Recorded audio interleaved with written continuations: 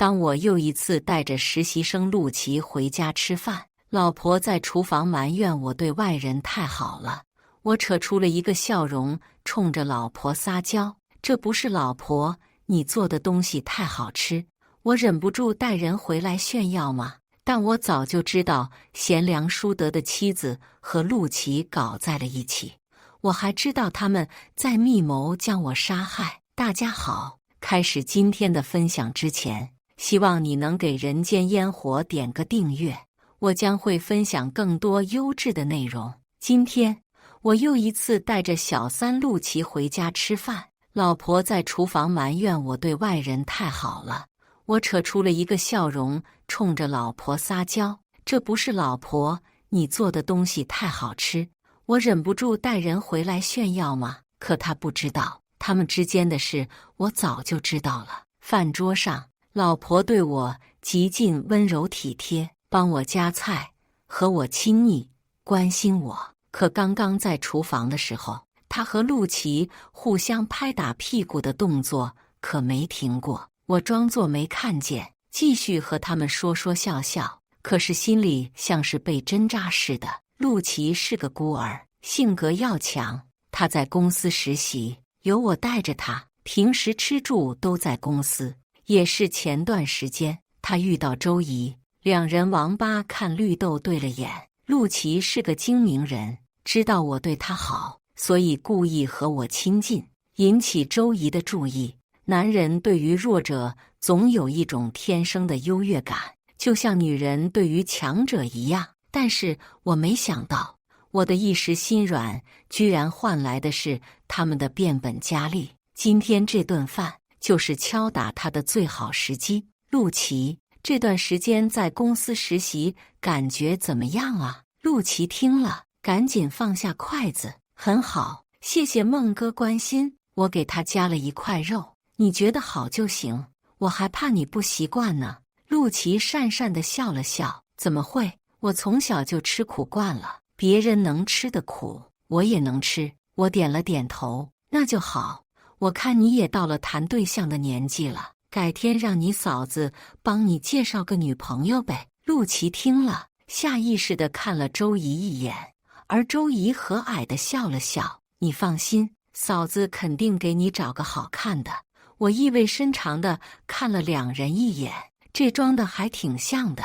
我顺水推舟：“那是当然，周怡你多帮着陆琪留意一下，有合适的年轻姑娘就介绍给陆琪。”周怡愣了一下，脸色有些难看，但还是勉强挤出一个笑容：“放心吧，我会留意的。”说完便低头吃饭。一瞬间，饭桌突然变得安静了许多。这顿饭大概是这段时间吃得最累的一顿了。饭桌上的人各有各的心思，大家都互相试探着，警惕着彼此。方才我筷子掉了，在捡筷子的瞬间，我看到了陆琪收回的腿，我心里忍不住泛起一阵恶心。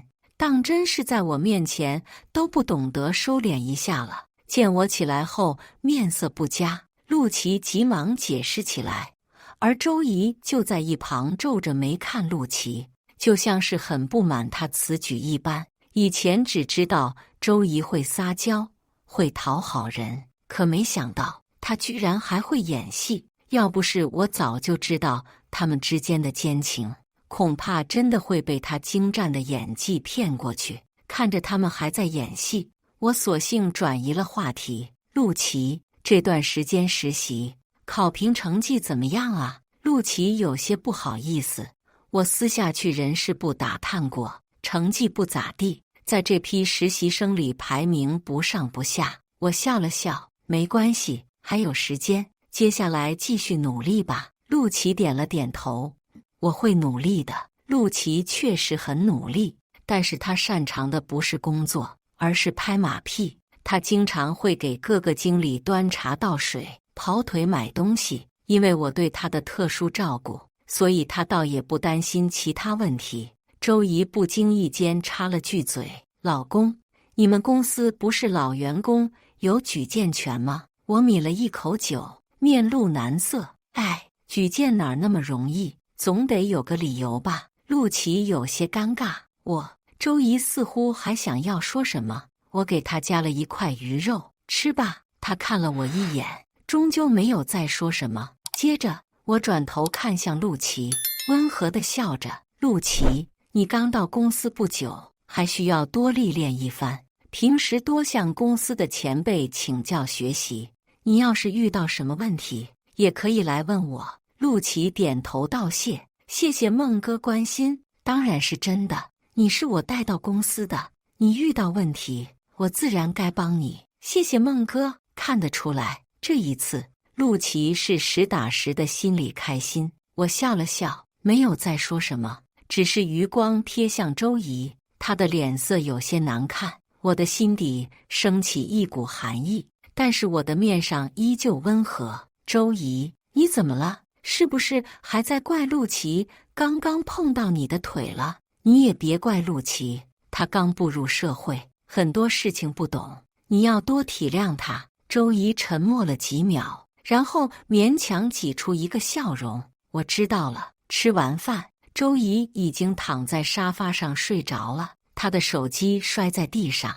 我鬼使神差地拿起她的手机，输入密码解锁，然后翻找她与陆琪之间的聊天记录。结果在置顶里看到了陆琪的聊天框，我看了看，脸色越来越冷。今天你穿的内衣很好看，你怎么知道？因为我看到你换衣服了。你好坏，这样的聊天记录还有很多，而且内容一次比一次劲爆。我握着手机的手渐渐用力，指尖微微泛白。突然，我回想起从前在大学时的日子。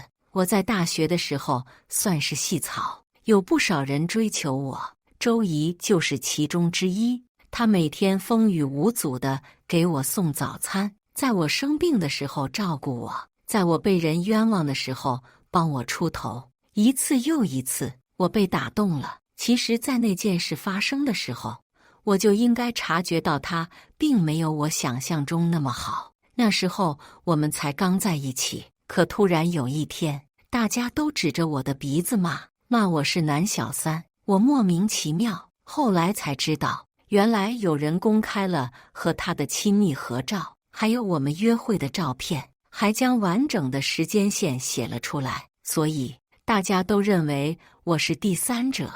我本来想找那位男生问清楚他的目的，却被周姨拦了下来。后来周姨作为当事人回应了这件事情，她和那个男生早已分手，这其实是渣男故意打击报复。他将脏水全泼在了那位男生身上，导致他那段时间出门都抬不起头来。现在想来，说不定真是他脚踩两只船。毕竟我和他10年的感情，也依旧被背叛、被愚弄。其实，我是在上个月的公司聚会的时候，发现他和陆琪的奸情。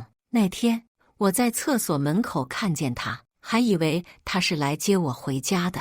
却没想到听到了他与陆琪在隔间里亲热，还在商量想要弄死我。这里不行，万一有人进来怎么办？不会有人进来的，这里除了我和你，还有谁能进来？你别这样，怎么了？你昨天不是挺开心的吗？谁让你不肯给我一个名分呢？离婚只能拿到1半的财产，我是过错方，被发现还得更少。那嫂子，你有什么办法呀？我有个朋友是保险公司的业务员，我从他那里入一份人身意外险，只要梦景出了事，我就可以拿到钱。那瞬间，我整个人如坠冰窟。他不仅出轨，还和陆琪密谋，想要杀了我，再通过保险的手段谋取不义之财。那一刻，我对人性产生了恐惧。可真是有意思啊！我把他当宝贝一样宠着，他把我当傻子一样玩。我面无表情地走出酒吧，外面的凉风将我吹得清醒。这件事不能就这么算了。于是我从那天开始就暗中观察他们2个的一举一动。周姨是个很小心的人，她在私会小三的同时，对我依旧细心周到。越是这样，我越是恶心。但我没有表现出来。我陪着他们演戏，在公司，陆琪也总是对我毕恭毕敬的。孟哥，早上好。孟哥，吃早餐了吗？没吃，我这儿有。孟哥，昨天那个报表我做好了，待会儿发给你。最近2天，周姨也是经常去公司找我，在我加班的时候，她也会带上自己做的爱心便当。阿景，工作辛苦了，这是我特意为你做的，你尝尝。阿景，你最近都瘦了，是我最近做饭不合胃口吗？阿景，他在我面前表现得越来越温柔，我却只觉得恶心，但我也装作若无其事的样子，不用这么辛苦，以后我下班回来吃就行。我揉了揉他的脑袋，语气温柔，他甜甜地笑了笑，没关系的，你开心就好。说着，他凑上来想要亲吻我，可我下意识地将他推开。阿景，他疑惑地看着我，抱歉，我刚才走神了。我笑了笑，然后抱住他，亲了一口。日子就这样一天天过去了。这段时间，我一直在偷偷关注陆琪的工作状态。他确实和我说的一样，经常给经理买礼物，搞关系，但他本人并不求上进，业务水平极差，经常摸鱼被批评。我的竞争对手都看不过去，某天特地来找我，偷偷跟我说，让我别理陆琪了，你带的那个实习生，我听说是个只会拍马屁的小子啊。呵，我劝你还是少把心思放在他身上吧，你与其花时间培养他，不如花时间提高自己的业绩。经理的位置可不是给废物的。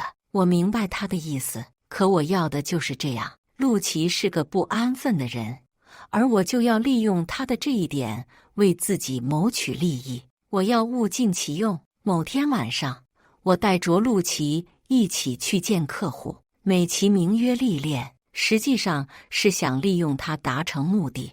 我有一个很棘手但是又很值钱的大客户，一直没有搞定。他叫黄总，虽然是个女的，但是一直是以好色出名的。我之前见过他几次，都差点被他占了便宜。这次我就将他交给了陆琪。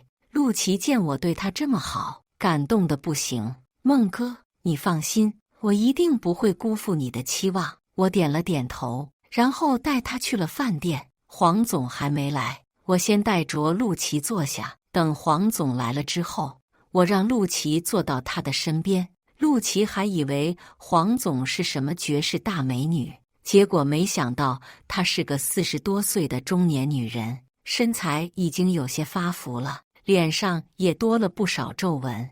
陆琪有些惊讶，不过很快就掩饰住了。黄总，这位是小陆，我们公司最勤奋的年轻人之一，今天特地带他出来见见你。陆琪也很主动，跟他聊得热火朝天。期间，他还让黄总摸了2把，敬了几杯酒。黄总很吃他这一套，被他哄得连连大笑，而我就在一旁偶尔插几句话，保持分寸。终于，饭局结束了，黄总显然还没尽兴。小孟、小陆，你们跟我一起去 KTV 玩玩吧。我摇了摇头。黄总，你已经结婚了，这样不太好吧？黄总也喝多了，说话有些大声。怕什么？我老公出差去了，不在家。说着，他揽上了陆琪的胳膊。陆琪显然没意识到会发生这样的事，愣了一下。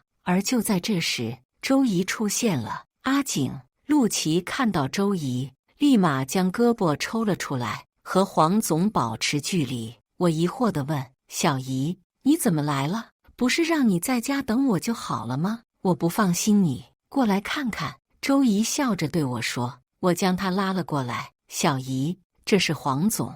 周姨的脸色也有些变了，她也知道这个黄总的德行。黄总，这是我老婆周姨，我们都喝了酒，待会儿还要麻烦她送您回家呢。周姨愣了愣，然后笑了笑，没问题，放心吧。然后他叫了辆出租车，将黄总送了回去，随后将车开了过来。阿景，快上车吧。我看向陆琪，小琪，你也喝酒了，我送你回家吧。陆琪的眼睛瞬间亮起光来，连声向我道谢。在送陆琪回他公寓的路上，我有意透露出黄总很难缠，单子很难签的消息。陆琪的表情明显有些低落，不过这个单子要是签成了，提成可以拿不少。陆琪点了点头，然后看向我，孟哥，谢谢你把这个机会让给我。我笑着摇了摇头，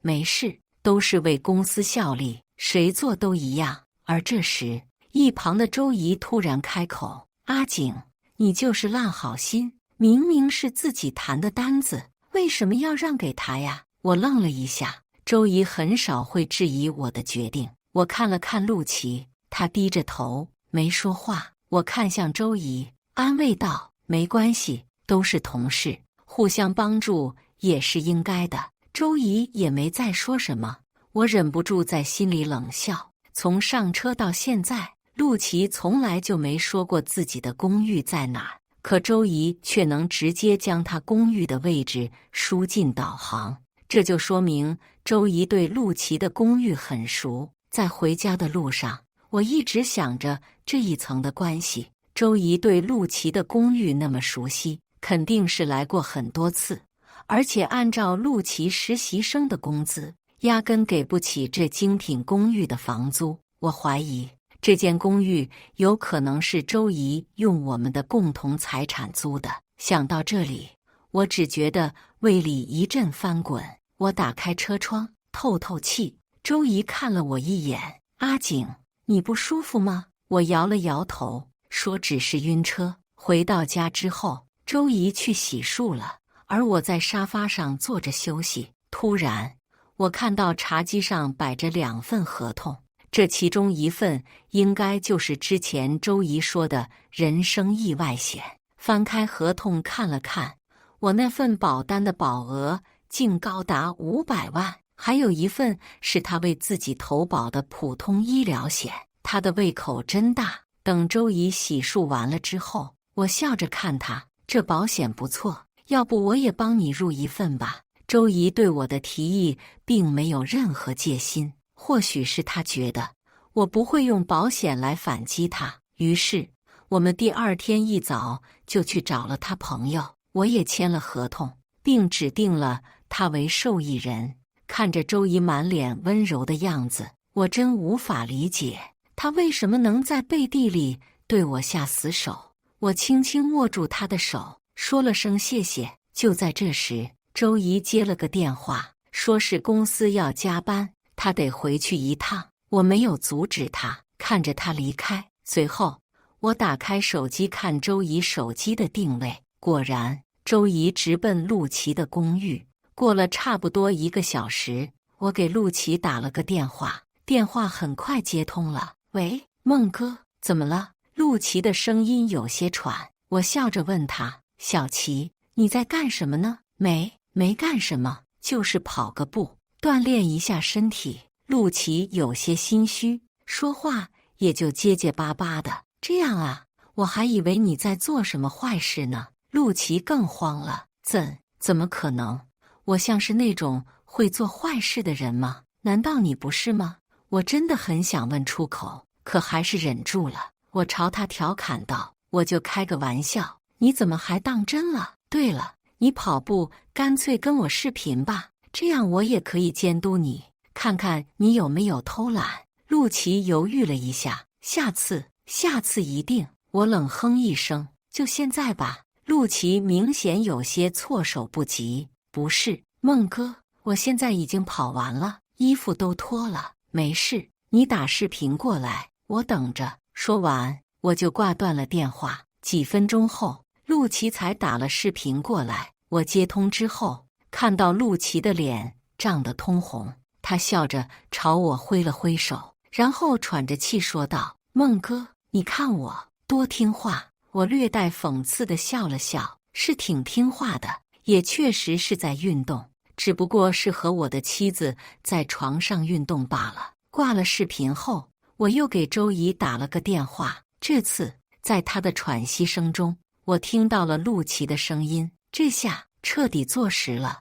我偷偷将这段电话录音保存下来。没过多久，我拿着自己和他的身份证去了一趟全安保险公司。接着，我让他朋友把2份高额保险的受益人改成了我爸妈，还将他那份的保险联系电话留成我自己的。毕竟防人之心不可无，万一周怡真的骗保成功，那我至少不会受太大的损失。在这期间，我反复同他朋友强调了这件事，周怡知情，想必他就不会再多嘴了。做完这些之后，我才算松了口气。周怡和陆琪还不知道我已经做好了万全的准备，他们2个在我的眼皮子底下依然做着那些龌龊事，但我也不急，就这么静静地看着他俩。很快，陆琪成功签下了黄总的单子。转正之后，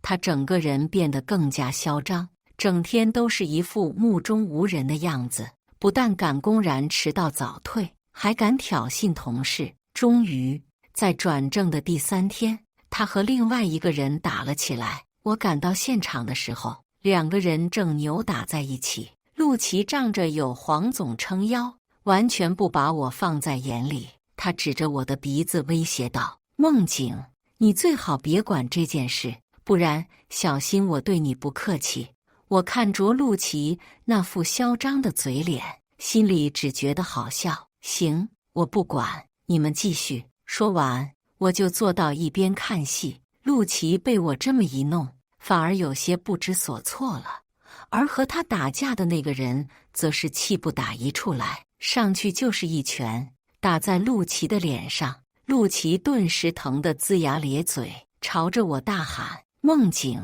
你就这么看着？”我耸了耸肩：“你都说了让我别管，怎么现在又来问我？”陆琪一时间哑口无言，只能和那个人继续扭打。最后2个人都被打得鼻青脸肿。不知为何，看着陆琪挨打，我的心里莫名有种痛快的感觉。或许是这段时间的憋屈太久了吧。看着陆琪吃瘪，我心里很满足，但我也知道现在还不是高兴的时候，因为真正的反击还没有开始。经过公司的警示，那个同事也老实了许多。虽然他不敢和陆琪公然发生冲突，但在暗地里依然是各种明争暗斗。公司里其他的同事也对陆琪很不满，好几次都暗示我出手教训一下他，但我每次都是无奈地摇摇头。他再怎么说也已经转正了，我也不能把他怎么样。同事叹了口气，有些为我抱不平：“孟哥，你人太好了。”我笑了笑，没有说话。他们不知道，我现在不动手，只是因为还没到时候而已。很快，我意外获得了升职的机会，成为经理的接班人。虽然说这和我的努力分不开，但不得不说，也有陆琪的一份功劳。如果不是他得罪了那么多人，我也没机会获得这么多支持。升职当天，陆琪笑着过来恭喜我，但我在他的眼底明显看到了一丝不满。晚上，我留在公司加班，周怡今天下班特地做了丰盛的大餐为我庆祝。听说我加班后，他还专门把饭给我带到公司来。吃完饭后，我以工作忙碌为由，让周怡早点回家。可一出我的办公室后，周怡立刻就去找陆琪了。周怡和陆琪不知道我能从监控看到了他俩，居然肆无忌惮地在公司亲热起来。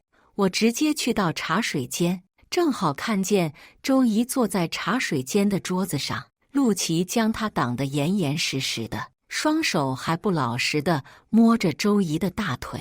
接着2个人的手都开始互相乱摸，场面不堪入目。我悄悄拿出手机，保留他们的证据。过了一会儿，陆琪对周怡说：“姐，我不想过这种偷偷摸摸的日子了。黄总的生意是靠她老公撑起来的，她自己的实权其实并不多。看来陆琪还是有点聪明的。知道两头抓，别着急。这周末你们公司不是去古稀山团建吗？是啊，不过你要那时候动手吗？人太多了吧？陆琪皱眉，这种事一失手，肯定打草惊蛇。周怡很有把握，似乎早就算计好了。放心，我到时候找机会偷偷给他下点特效药，让他意识不清。那溺水或是坠崖，不就是很正常的意外了吗？听完这话，我只觉得一股怒火直冲头顶。这两个人也是够狠的，但现在还不是暴露的时候。我深吸一口气，转身离开。回到办公室，我强迫自己冷静下来想对策。与其打草惊蛇，倒不如先发制人。接下来几天，我开始暗中调查周怡和陆琪。我拍到了两人苟合的视频，还有周怡给陆琪买礼物的购物收据，以及骗保的相关证据。我拿着这些证据去找律师咨询，律师告诉我，这些证据已经足够让周怡在离婚后净身出户，并且还能让他去坐牢。走出律师行，我抬头看向天上的太阳，心想该收网了。公司团建的那天，我特意带着周怡一起参加。在乘坐大巴前往景区的时候，周怡主动给我看了她准备的东西。你看，我给你带了很多东西。我夸奖她，还是老婆想得周到。周怡依偎在我的怀里，一副乖巧懂事的样子。那是当然，你身体不好，我当然要多上点心。我表面上很受用，但心里却在冷笑。如果我没有偷听到他和陆琪的谈话，怎么也不会想到这个女人的心思竟然如此歹毒。很快，我们抵达了景区。这次团建，公司的几个大客户也都出席了，其中就包括陆琪的金主黄总。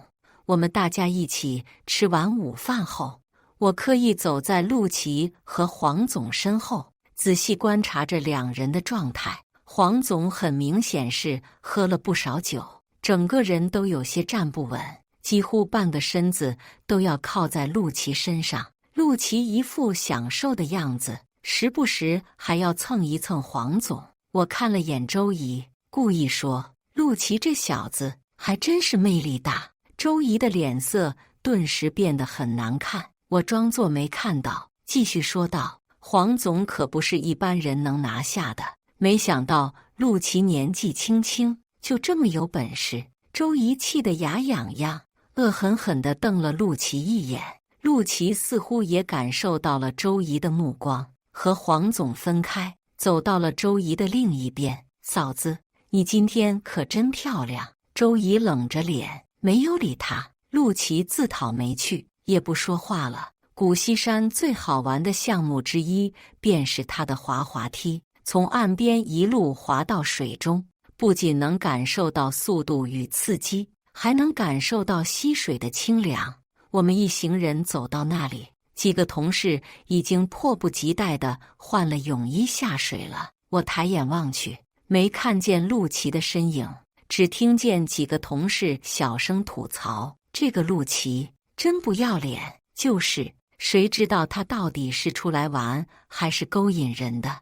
你们看他和那几个女客户聊得开心的样子，一看就没干什么好事。这时候我才发现，陆琪穿着泳裤，正和几个客户聊得开心。那些客户时不时就在他的腹肌上摸两把，看起来就像是在做某种色情交易一般。我看着旁边的周怡，笑着调侃道：“看来陆琪很招女人喜欢啊。”周怡气得脸色铁青，转身就走。没过多久，陆琪接了个电话也离开了，而我趁机将他背包里的特效药换成了糖粉。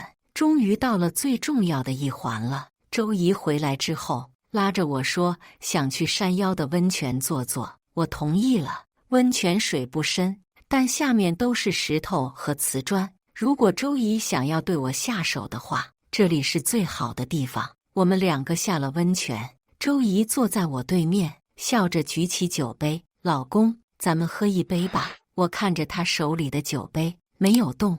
这个是他刚刚特地要来的红酒和杯子，糖粉肯定也洒进我的那杯红酒里了。我顺遂周姨的意思，喝了他递给我的酒。周姨借口离开，说是要去拿水果，实则是为了制造不在场证明。我听着周姨离开的声音，缓缓睁开眼。好戏正式开始。今天我特地命人将黄总和陆琪的事告诉了她老公，而她老公一听说了她和陆琪的好事，就特意带着好几个打手来抓奸。黄总和陆琪此刻正被我安排在对面的温泉池里，我惬意地躺在温泉中，听着不远处传来的吵闹声。周姨回来的时候，正巧碰上了这一幕。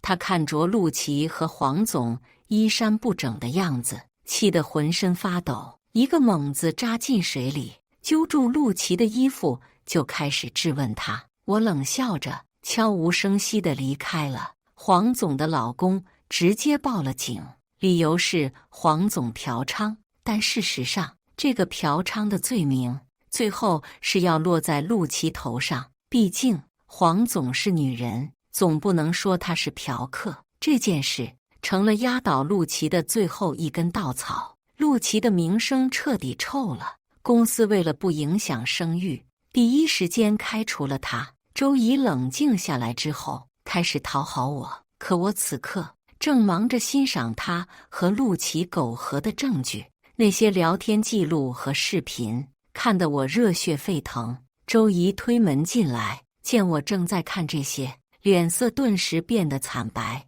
老公，你听我解释。我冷笑一声，不屑地看着他。周姨，事到如今，你还有什么好解释的？周姨跪在地上，哭得梨花带雨。老公，都是陆琪骗我的，我真的什么都没做。我懒得跟他废话，将那些证据直接甩在了他的脸上。周姨，我要跟你离婚。周姨还在不断向我解释，也是像当初一样，她将脏水全部泼在别人身上，以此减轻自己的负罪。